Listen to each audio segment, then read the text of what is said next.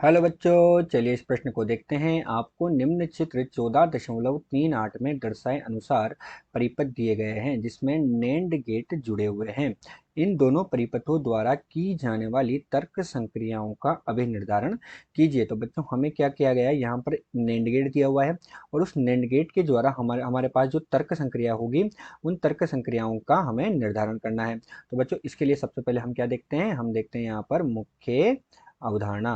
तो इसमें बच्चों हम क्या देखते हैं कि हमारे पास जो नेंड गेट होता है, किस प्रकार लिखते हैं बच्चों, NAND। ये जो नेंड गेट होता है ये दो गेट से मिलकर बना हुआ है। एक गेट होता है बच्चों नोट तथा एक गेट क्या होता है बच्चों, एंड। तो ये नोट तथा एंड गेट से मिलकर हमारे पास बना हुआ है। नोट धन एंड गेट से मिलकर बना है। तो नेंड गेट जो दो मूल गेट होते हैं बच्चों, नोट तथा एंड दोनों मूल गेट होते हैं, इन दोनों मूल गेट से मिलकर बना हुआ है। अर्थात हम कैसे बनाएंगे बच्चों, हमारे पास ये एंड गेट जो होता है वो इस तरह का होता है। तो ये बच्चों हमारे पास क्या हुआ, एंड गेट हुआ।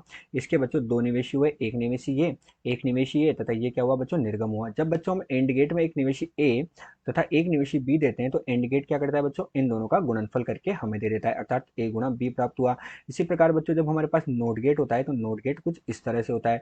अर्थात नोट गेट में हम क्या करते हैं बच्चों, एक निवेशी देते हैं। तो हमने क्या किया, एक निवेशी ए दे दिया। जब हम इसमें एक निवेशी ए दे देते हैं तो ये क्या कर देता है बच्चों, उसका बार कर देता है। बार का मतलब क्या है, अगर हम एक देते हैं तो जीरो और जीरो देते हैं तो एक कर देता है। इन दोनों को मिलाकर बच्चों हमें क्या प्राप्त होगा, नेंड गेट प्राप्त होगा। इन दोनों को मिलाकर कुछ इस तरह से हमें नेंड गेट मिलेगा।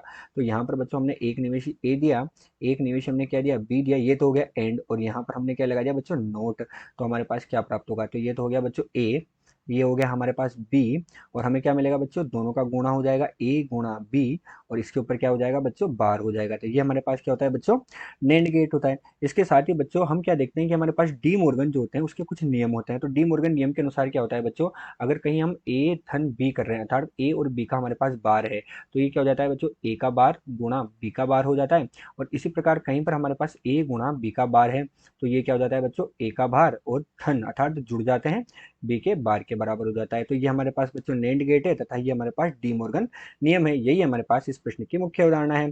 चलिए बच्चों इसके आधार पर अब हम प्रश्न को हल करते हैं। तो बच्चों जो प्रश्न हमें दिया हुआ है उसमें दो भाग दिए हुए हैं। अब पहले भाग में हमें क्या दिया हुआ है, हम ये देख लेते हैं। पहले भाग को हम ए मान लेते हैं। तो पहले भाग में हमें बच्चों एक नेंड गेट दिया हुआ है, उसके निवेशी ए तथा बी है। तो ये इस तरह से दिया हुआ है बच्चों। ये हमारे पास क्या है, एक नेंड गेट हो गया, इसमें एक निवेशी ए दे दिया, एक निवेशी बी दे दिया। तो ये एंड गेट है बच्चों। ये एक निवेशी ए है, एक निवेशी बी है। तो बच्चों जब दो निवेशी ए तथा बी जाएंगे तो हमारे पास बच्चों हमें क्या प्राप्त होगा, तो पहले हमें प्राप्त होगा ए गुणा बी का बार प्राप्त हो जाएगा। क्योंकि देखो एंड गेट तो गुणा कर देगा, नोट इनका बार कर देगा। इससे आगे बच्चों फिर क्या किया गया, एक अन्य जो नेंड गेट है उस अन्य नेंड गेट से गुजारा गया कुछ इस तरीके से। तो ये बच्चों ये बनाने का मतलब क्या है कि अन्य नेंड गेट में दोनों निवेशी में ए तथा बी का बार जा रहा है, ए तथा बी का बार जा रहा है। तो अब ये क्या करेगा बच्चों, ए तथा बी का बार गुणा ए तथा बी का बार, तो वो ए तथा बी के बार के बराबर प्राप्त होगा और उसका बार लग जाएगा, यानी कि ए तथा बी के बार का बार हमें प्राप्त होगा। वाई का मान, तो वाई का मान हमें कितना प्राप्त होगा बच्चों, ए के बार का बार हमारे पास वही प्राप्त हो जाता है। हुआ क्या बच्चों, यहाँ से ए तथा बी आया, ए गुणा बी का बार हुआ। अब गया बच्चों ए गुणा बी का बार, ए गुणा बी का बार, अर्थात जैसे एक और एक जाएगा तो एक और एक का गुणा हो जाएगा तो एक मिल जाएगा। अर्थात ए तथा बी का बार का और ए तथा बी के बार के साथ गुणा हुआ तो हमें उसका बार मिला, और नोट गेट की वजह से उसके ऊपर एक और बार आया बच्चों, तो वो ए गुणा बी के बराबर प्राप्त हुआ। अर्थात हमें क्या मिला बच्चों, यहाँ पर y बराबर ए गुणा बी मिला। अर्थात कौन सी संक्रिया का अनुपालन हो रहा है बच्चों, यहाँ पर एंड संक्रिया का अनुपालन। कौन सी संक्रिया का अनुपालन हो रहा है, एंड संक्रिया का अनुपालन यहाँ पर हुआ।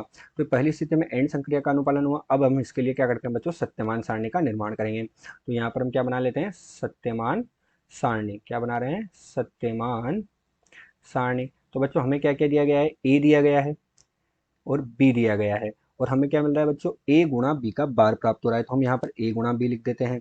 यहाँ पर हम क्या लिख देते हैं, ए गुणा बी का बार प्राप्त हुआ। फिर बच्चों ए गुणा बी के बार का बार प्राप्त हुआ, अर्थात हमें क्या प्राप्त हुआ, ए गुणा बी ही प्राप्त हुआ।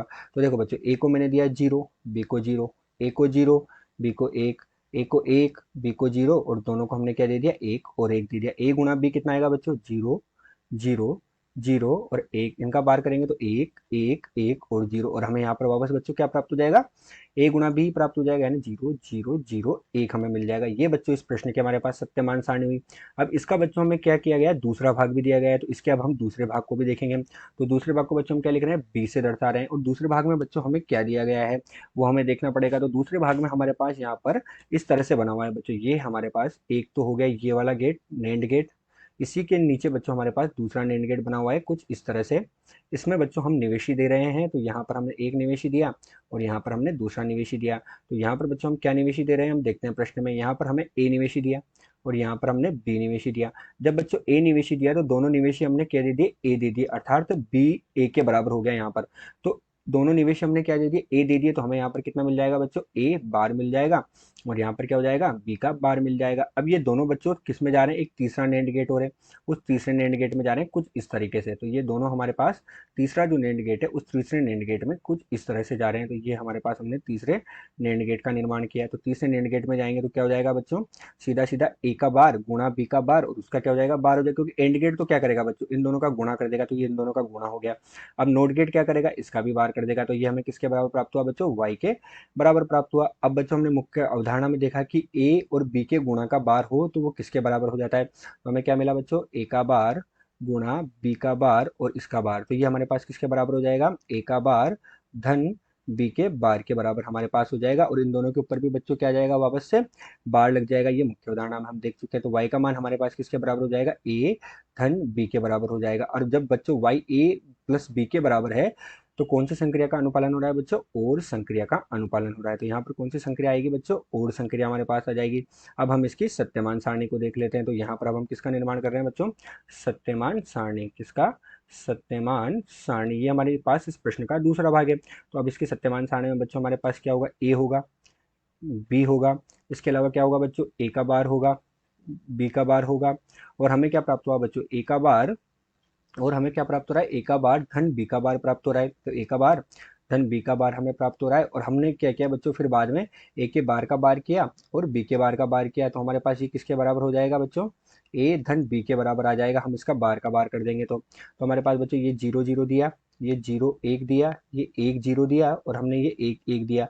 ए बार हमें कितना प्राप्त होगा बच्चों, एक एक जीरो जीरो, ये हमें कितना प्राप्त हो जाएगा, बी बार बच्चों एक, जीरो का बार एक का बार जीरो, जीरो का बार एक का बार जीरो, ए बार और बी बार हमारे पास बच्चों प्राप्त हो रहा है।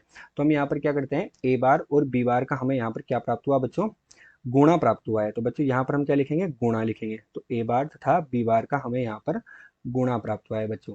ठीक है, तो ये हमें क्या प्राप्त हो रहा है यहाँ पर, गुणा, तो हम इन दोनों का गुणा लिख देते हैं। तो ए बार गुणा बी बार हम लिखेंगे। अब ए बार गुणा बी बार करेंगे बच्चों तो क्या होगा, एक जीरो जीरो जीरो हमें प्राप्त हो जाएगा। फिर हम क्या करेंगे, ए बार तथा बी बार का जो गुणा था उसका हमने क्या किया बच्चों, बार कर दिया यहाँ पर। तो इसका बार कर दिया तो हमारे पास ये किसके बराबर आएगा बच्चों, जीरो।